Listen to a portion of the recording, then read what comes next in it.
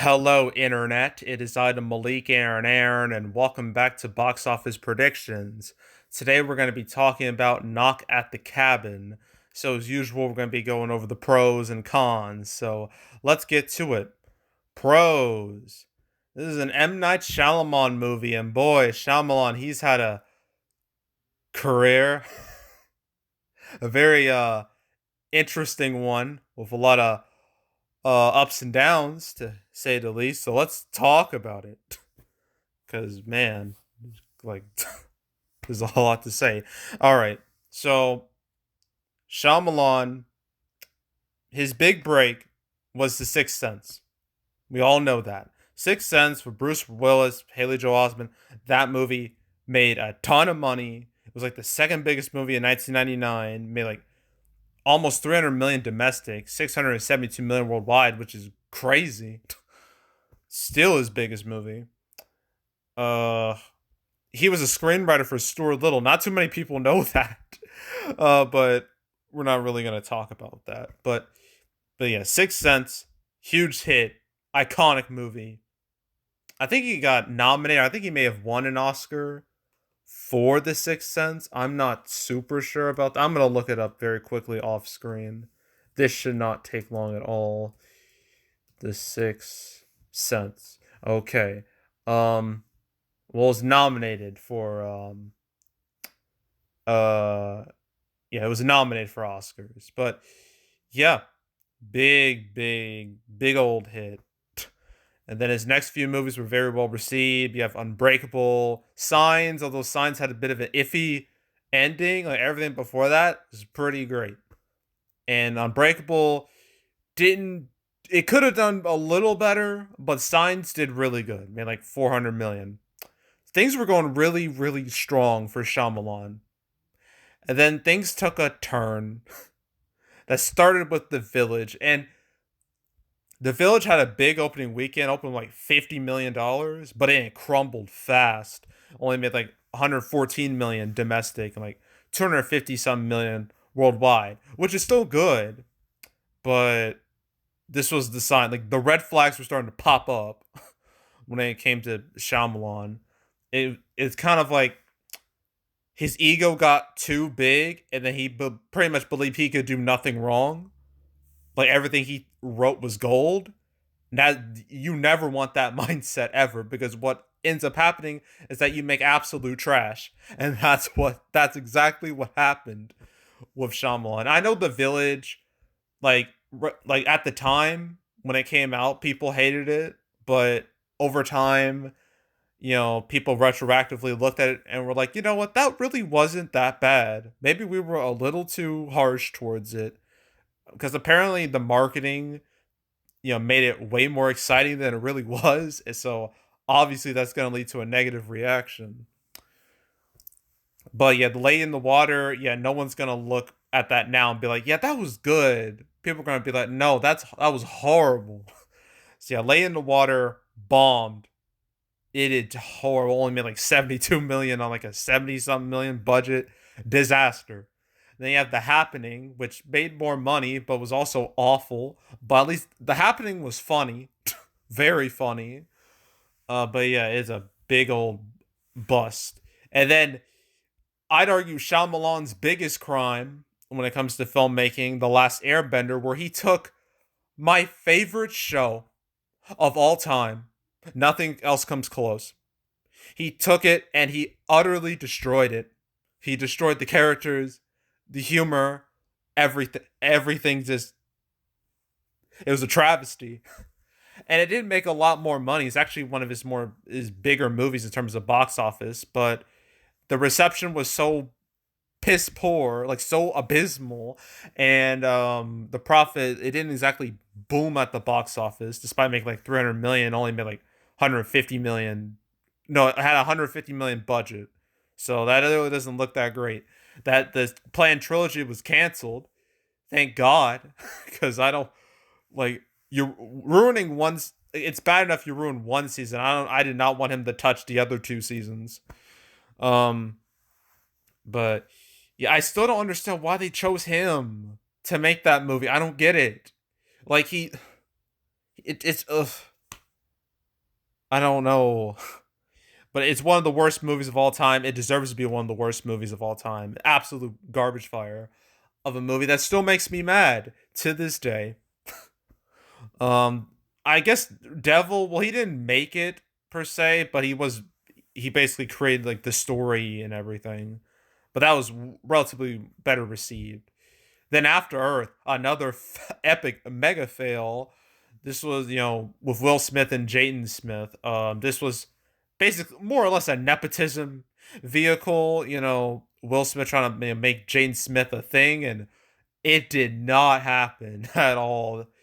Jaden Smith, he was just no, it did not work, and the movie bombed. And yeah, so at this point, Shyamalan was an absolute laughingstock. Everyone was hating on his movies. They were just like, dude, why are you like this? Why are you making such trash? But then things changed with The Visit. The Visit, people saw it, and people were like, wait a minute, this isn't awful?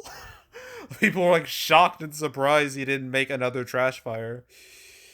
And it did pretty well, made like almost like $100 million. It was pretty cheap to make. I think he used his own money for that. Either that or for Split. I know he used his own money for at least some of these movies. But his next movie was Split. And Split did great. It made like 138 million domestic, 278 million worldwide, small budget, big profit, and then helped that, Split turn out to be like a secret sequel to Unbreakable. It was all part of this shared universe. And then that shared universe would conclude with Glass in 2019, which I haven't seen, but I heard it's super disappointing. It's not like Trash Fire level on the level, say, Last Airbender or After Earth or anything like that, but it's not great, which sucks because I really like Split and Unbreakable. But Glass didn't do too bad. Made like 111 million domestic, 246 million worldwide. Still pretty good at the end of the day, although I thought it would make a lot more. And then 2 years ago, or at least a year and a half ago, he made Old, which was a really weird movie. I still don't know how to feel about that movie after watching it in the cinema. I can't tell you if I like it or if I don't. I can't. I honest to God can't. But did okay considering when it came out and just how things were. Like we were like in the recovery process at this point when it comes to rebuilding movie theaters and the box office and everything. But it did all right. It wasn't like expensive. I think. Let me check. 18 million budget. Yeah, it made money. And now here we are, Knock at the Cabin. So Shyamalan, he's had ups, ups, downs, and just like peaks and valleys. Let's say that. Like it's been a real roller coaster for this man. But I'm always interested in what he's gonna make next. And I believe a lot of people are just like the same. They're interested, they're curious on what he makes next because he has such this unique reputation that people are just curious of what he's gonna do. So I say his name is a big pro here. It's definitely going to be the big selling point of the movie is his name. I mean, that's pretty much been the selling point for a number of his movies, just his name.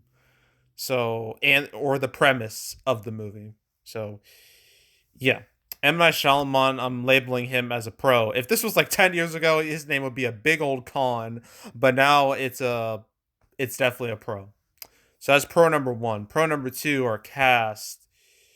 I know Dave Bautista or Batista from if you know him from his WWE days. Yeah, you probably know who he is. Very recognizable guy. I mean, he's Drax the Destroyer in the MCU, in the Guardians of the Galaxy movies, and some of the Avengers movies. Yeah, but that's not all he's done. He's also done, recently he showed up in Glass Onion, Knives Out 2, there's Dune, uh what else? Blade Runner 2049, which apparently that movie got him the gig in Knock at the Cabin. That's what I've read. And there's Spectre. Yeah, Dave Bautista, obviously, he's the biggest actor in the whole movie when it comes to like name value. And I also wanted to mention this really fast. Rupert Grint, this guy, Ron from Harry Potter. I legitimately didn't know he was in the movie. I didn't know till later on. I was like, whoa, really? That's crazy. But yeah, I wanted to mention him. All right, give him a shout out. But yeah, Dave Bautista is obviously the biggest name here. He's very recognizable, so I label him as a pro. I mean, I don't know if he's gonna sell tickets, but he's recognizable, and that's better than nothing. So yeah, I'm gonna label Dave Bautista as a pro here. Another pro is that there hasn't been like things have been pretty slow since like MLK Jr. weekend. Like ever since then, it's just been kind of sleepy. I mean, sure, Missing did okay. It did fine, but didn't exactly set the world on fire. Really, nothing has set the world on fire for a good minute.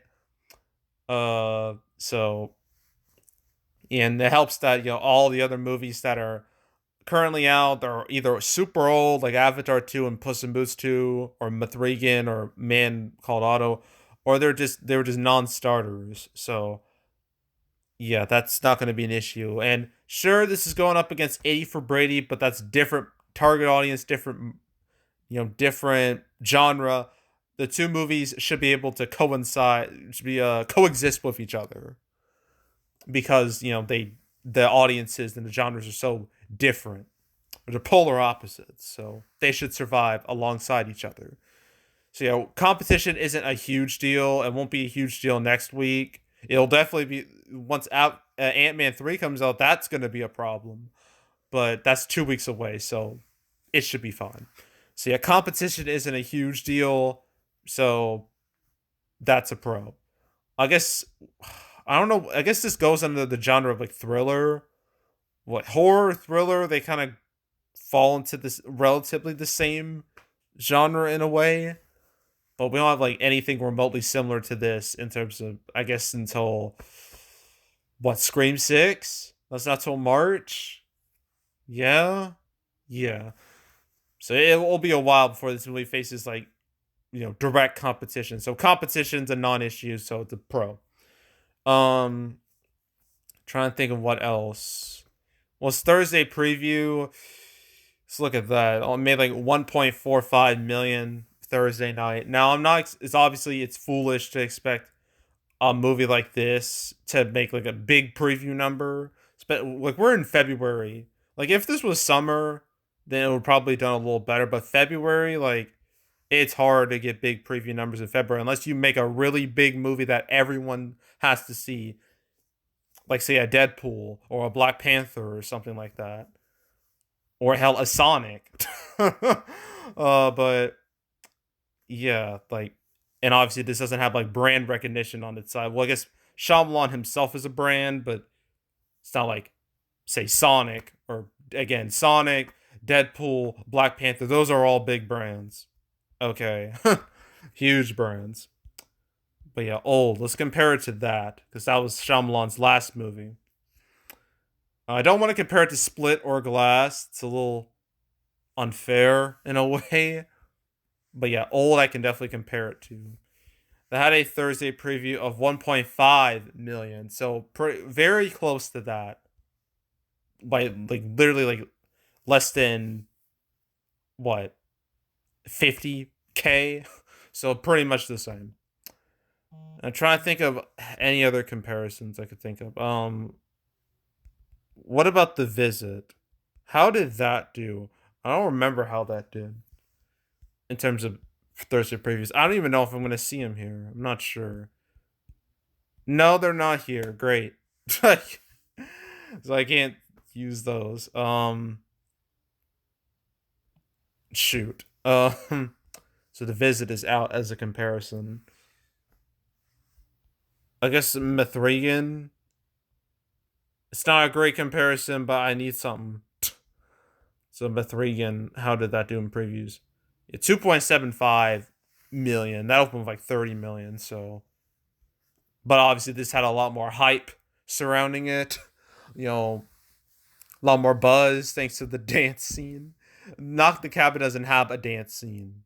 as far as I know, because I haven't seen it yet. But yes, Thursday previews are meh. I'd say middle of the road. So I'm not gonna label it as a pro or a con, but it's just like middle ground. Like its previews are very much middle ground. Another thing that's middle ground are its reviews. They are, well, at least they're fine enough. I mean, its critics score is at 68%, which is better than average for Shyamalan. But its audience score is at 71%. And that tells me that word of mouth is not going to be super hot for this movie. It tells me word of mouth is going to be real iffy. Okay. And that's not a good thing. That for like a movie's longevity, like you do not want mixed word of mouth. Like you need strong reactions. You don't want people feeling, you don't want to divide the audience or anything. And I'm looking at his cinema score now, which is up C, which I mean that's not too shocking for a movie like this, but a C, that's not great. That's a sign that word of mouth is not going to be on this movie's side. I mean, old. That was a C plus. Old was a C plus. What was the visit? The visit. What was it? Visit. That was a B minus. What was After Earth? A B. Oof. How did After Earth get a better cinema score? How? That movie was a disaster. Well, whatever. Okay, so word of mouth is not great. So actually, you know what? It's review score pro, audience score con. Let's go with that. So yeah, yeah. So word of mouth is not ideal. So that leans more towards con actually. Now another con I can think of is next week is Super Bowl weekend. That's not going to be good for this movie at all. You lose a whole day out of the weekend. And then next week, the week after that won't be too much better because you have Ant-Man 3. So this movie only has one weekend to shine, and it's this weekend alone, pretty much. So yeah. um so yeah, so the next 2 weeks are gonna be no fun. Gonna be no good. So yeah, that's definitely a con. Um Trying to think of anything else. I think I covered everything. All right. Opening weekend. Initially, I thought it would open like around like 20 million, but now that I'm thinking about it, I'm like, I don't know. That's a little ambitious.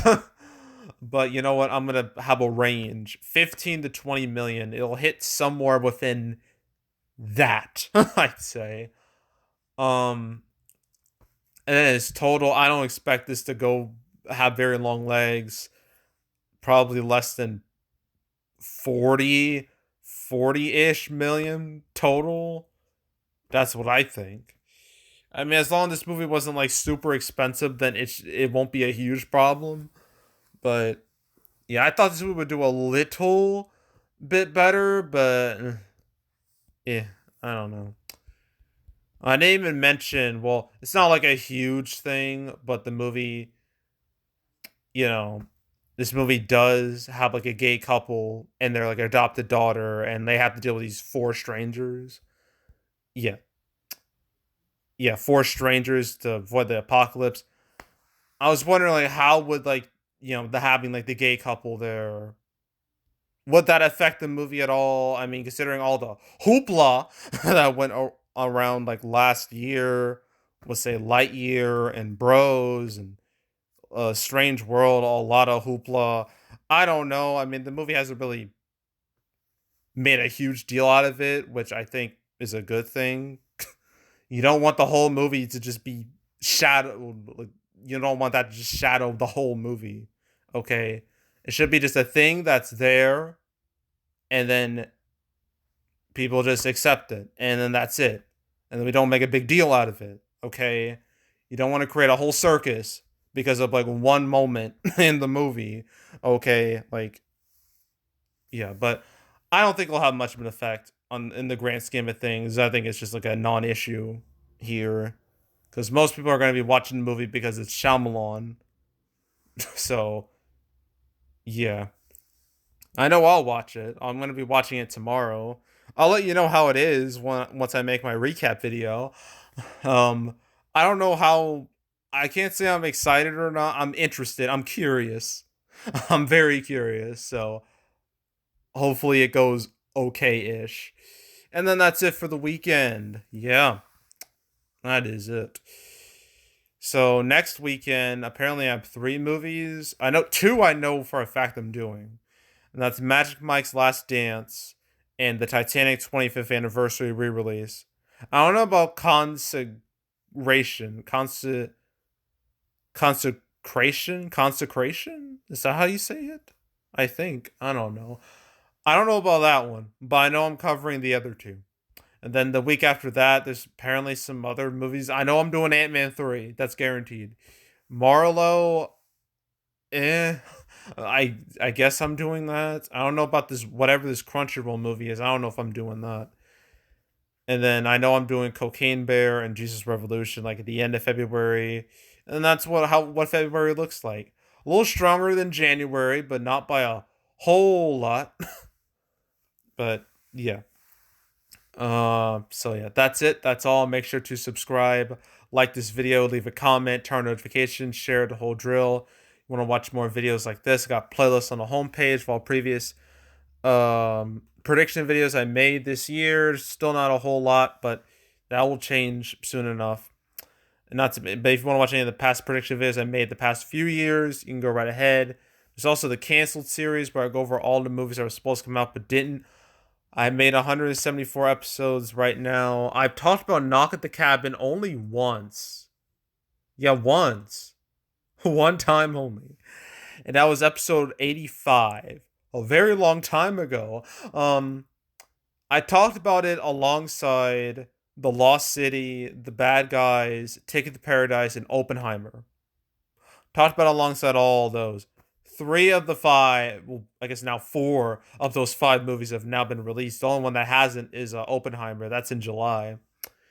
So yeah, you want to watch that episode 85 or any other episodes I've done, all 174 up to this point. That's gonna turn to 175 real soon once I make my video about Gladiator 2.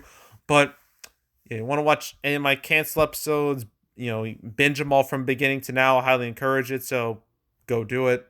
There's also box office recaps where I go over the box office results for any particular month. January recap should come out next week. January was a month. I mean, it went okay overall. There wasn't like it wasn't like a huge disaster or anything, which is good, but it also kind of makes the month a little bland. But whatever. But yeah, January recap next week. So stay tuned for that. But if you want to watch any of the past recap videos I made on the channel, you can go right ahead. And yeah, that's it. That's all. I am out. Goodbye.